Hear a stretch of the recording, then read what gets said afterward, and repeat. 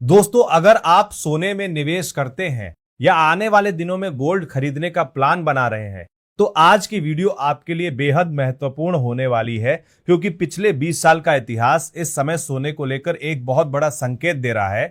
और अगर इतिहास ने इस बार भी खुद को दोहराया, तो आने वाले कुछ हफ्तों में सोने में एक बड़ा बदलाव देखने को मिल सकता है। अब सवाल ये है, आखिर ऐसा क्या हुआ है कि अचानक निवेशकों की नजर जुलाई और अगस्त पर टिक गई है? क्या सोने का सबसे खराब दौर खत्म हो चुका है और क्या अब फिर से तेजी लौट सकती है? चलिए पूरे आंकड़ों के साथ आसान भाषा में समझते हैं। सबसे पहले मैं आपसे एक सवाल पूछना चाहता हूं। अगर मैं कहूं कि साल का एक ऐसा महीना है जिसमें सोना सबसे ज्यादा कमजोर रहता है, तो क्या आप उसका नाम बता सकते हैं? ज्यादातर लोग शायद दिसंबर, मार्च या किसी और महीने का नाम लेंगे, लेकिन पिछले 20 साल का रिकॉर्ड कुछ और ही कहानी बताता है। इतिहास कहता है कि जून का महीना सोने के लिए सबसे कमजोर महीना रहा है। जी हां, पिछले 20 साल में जून के दौरान सोने की कीमतों में औसतन करीब 0.4% की गिरावट देखने को मिली है।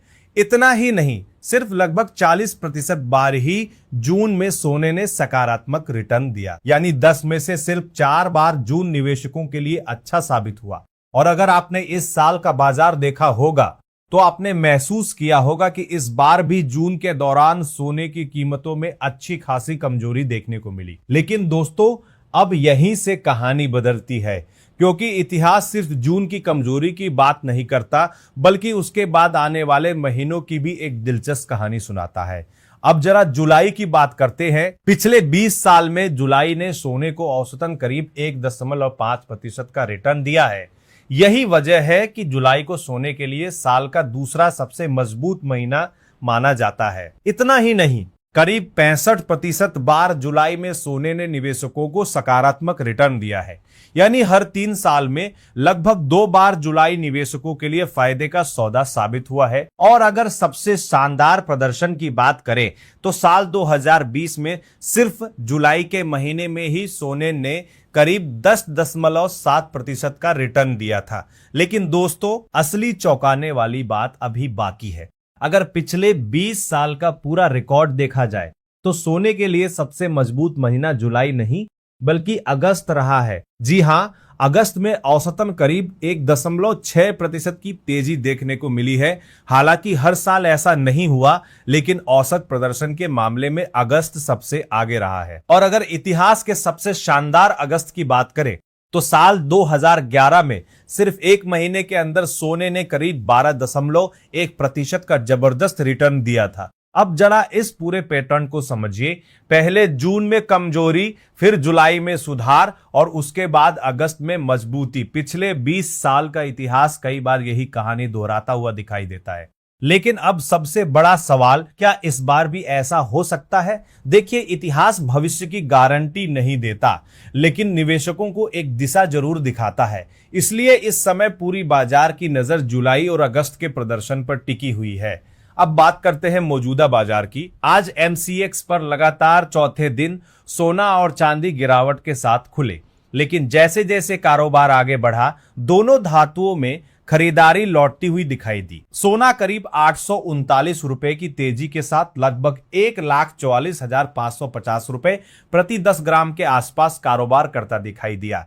वहीं चांदी भी करीब 3,062 रुपए की मजबूती के साथ लगभग 2,26,499 रुपए प्रति किलो के स्तर तक पहुंच गई।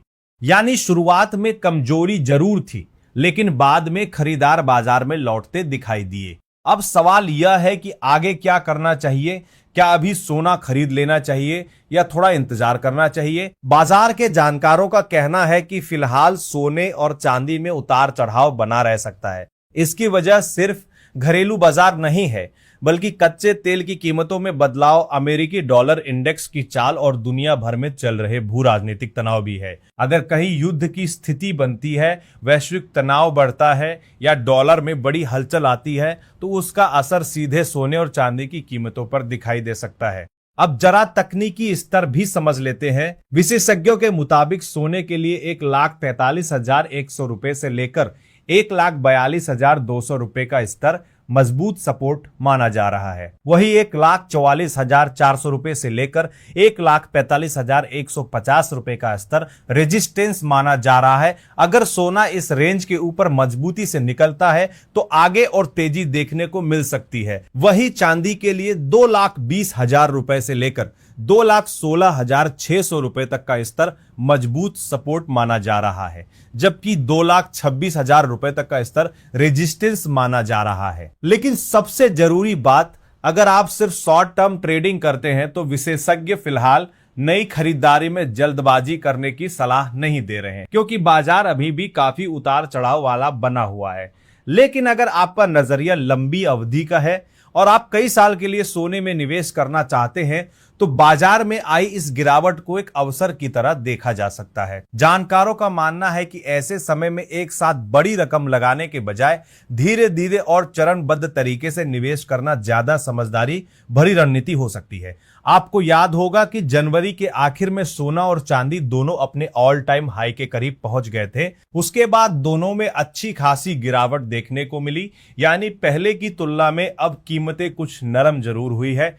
तो दोस्तों, इस पूरी कहानी का सबसे बड़ा निष्कर्ष क्या है? इतिहास कहता है कि जून आमतौर पर सोने के लिए सबसे कमजोर महीना होता है, लेकिन जुलाई और अगस्त कई बार मजबूती लेकर आते हैं। इसका मतलब यह बिल्कुल नहीं कि हर साल इतिहास खुद को दोहराएगा, लेकिन पिछले 20 साल का ट्रेंड निवेशकों को जरूर सतर्क रहने का संकेत देता है। अब मैं आपसे जानना चाहता हूं, अगर आने वाले दिनों में सोने की कीमतों में फिर से तेजी आती है तो क्या आप निवेश करेंगे, या आपको अभी भी लगता है कि सोना और सस्ता हो सकता है? अपनी राय नीचे कमेंट में जरूर बताइए।